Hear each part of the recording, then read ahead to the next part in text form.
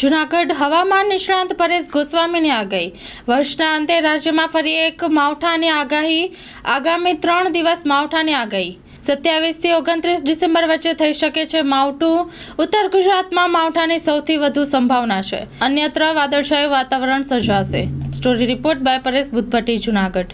2024ના વર્ષની વિદાય છે એ રાજ્યની અંદર માવઠા સાથે થવા જઈ રહી છે. એટલે કે 26, 27 અને 28 ડિસેમ્બર એમ 3 દિવસ સુધી રાજ્યના અલગ અલગ વિસ્તારોની અંદર માવઠાના ઝાપટા પડે તેવી શક્યતાઓ છે. અને આ માવઠાના ઝાપટાઓ છે એ રાજ્યના અનેક જિલ્લાઓને આવરી લેશે. એટલે કે અત્યારે જોવા જઈએ તો ઈશાનનું ચોમાસું છે તે દક્ષિણ ગુજરાતમાં સક્રિય છે. એ સાથે ઉત્તર ભારતના પહાડો ઉપરથી બેક ટુ બેક WD પસાર થઈ રહ્યા છે. તમામ પરિબળોને કારણે રાજસ્થાનના મધ્ય ઉત્તર ભાગો ઉપર એક સાયક્લોનિક સર્ક્યુલેશન બન્યું છે. અને આ સાયક્લોનિક સર્ક્યુલેશન છે એનું બહોળું સર્ક્યુલેશન છે. અને એની અંદર 850 HPA લેવલ અને 700 HPA લેવલે મોટા પ્રમાણમાં ભેજ છવાયેલો છે. અને સૌથી વધારે ભેજ છે એ બંગાળની ખાડી તરફથી એ સર્ક્યુલેશનને મળી રહ્યો છે, જેને કારણે આ સર્ક્યુલેશન મજબૂત બન્યું છે.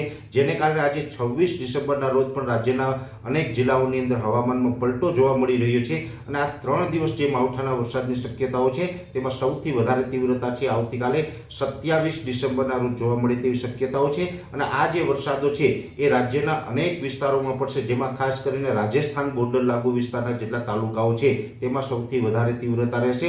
જેમાં ખાસ કરીને વાવ, થરાદ હોય, ધાનેરા હોય, અથવા તો ઇકબાલગઢ કે અમીરગઢ જેવા વિસ્તારો, ઈડર, વડાલી અને ખેડબ્રહ્મા જેવા વિસ્તારો છે, આ તમામ વિસ્તારોની અંદર વરસાદની તીવ્રતા વધારે જોવા મળશે. બાકી ઓલ ઓવર ઉત્તર ગુજરાતના સાબરકાંઠા, બનાસકાંઠા, પાટણ, મહેસાણા તમામ વિસ્તારોની અંદર હળવા સામાન્ય ઝાપટાઓની શક્યતાઓ રહેલી છે. એ સાથે મધ્યપ્રદેશ બોર્ડર લાગુ વિસ્તારો હોય, જેની અંદર છોટાઉદેપુર, દાહોદ, ગોધરા જેવા વિસ્તારોની અંદર પણ તીવ્ર માવઠાની શક્યતાઓ છે. ત્યાં પણ સામાન્ય કરતાં ભારે ઝાપટા છે એ પડી શકે છે.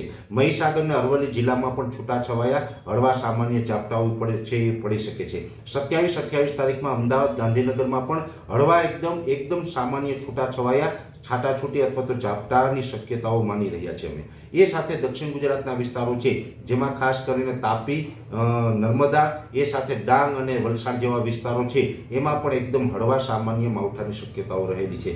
સૌરાષ્ટ્ર અને કચ્છની વાત કરવા જઈએ તો સૌરાષ્ટ્ર કચ્છમાં વરસાદની બહુ શક્યતાઓ નથી. કચ્છના ભાગો છે એ વિસ્તારો ઉપર તો ઘાટા વાદળો છવાશે. એકલ દોકલ જગ્યાએ કોઈ જગ્યાએ સામાન્ય છાંટા પડે તો એ વાત અપવાદ રહેશે. બાકી કચ્છની અંદર હમણાં કોઈ વરસાદની શક્યતાઓ નથી. સૌરાષ્ટ્રની અંદર પણ સૌરાષ્ટ્રના મોટા ભાગના વિસ્તારો છે માવઠાના ખતરાથી બહાર છે. પણ સૌરાષ્ટ્રનું સુરેન્દ્રનગર, બોટાદ, ભાવનગર અને અમરેલીના અમુક ગ્રામ્ય વિસ્તારો એવા છે કે ત્યાં એકદમ છૂટાછવાયાના હળવા સામાન્ય માવઠાના ઝાપટા પડે તેવી શક્યતાઓ રહેલી છે. એટલે ઓલ ઓવર જોવા જઈએ તો 26, 27, 28 તારીખનું જે આ માવઠું થવાનું છે એમાં ખાસ કરીને 27 ડિસેમ્બર 2024ના રોજ માવઠાની તીવ્રતા વધારે જોવા મળશે અને વિસ્તારો પણ વધારે જોવા મળશે. અને આ માવઠું છે એની સંપૂર્ણ અસરમાંથી આપણે 28 ડિસેમ્બર 2024ના રોજ મોડી રાત સુધીમાં આપણે આ સર્ક્યુલેશન આપણા ઉપરથી પસાર થઈ જશે અને આપણે સંપૂર્ણપણે આમાં મુક્ત થશું. પણ ત્યાં સુધીમાં આપણે અનેક વિસ્તારોની અંદર માવઠાને કારણે નુકસાની થઈ શકે છે.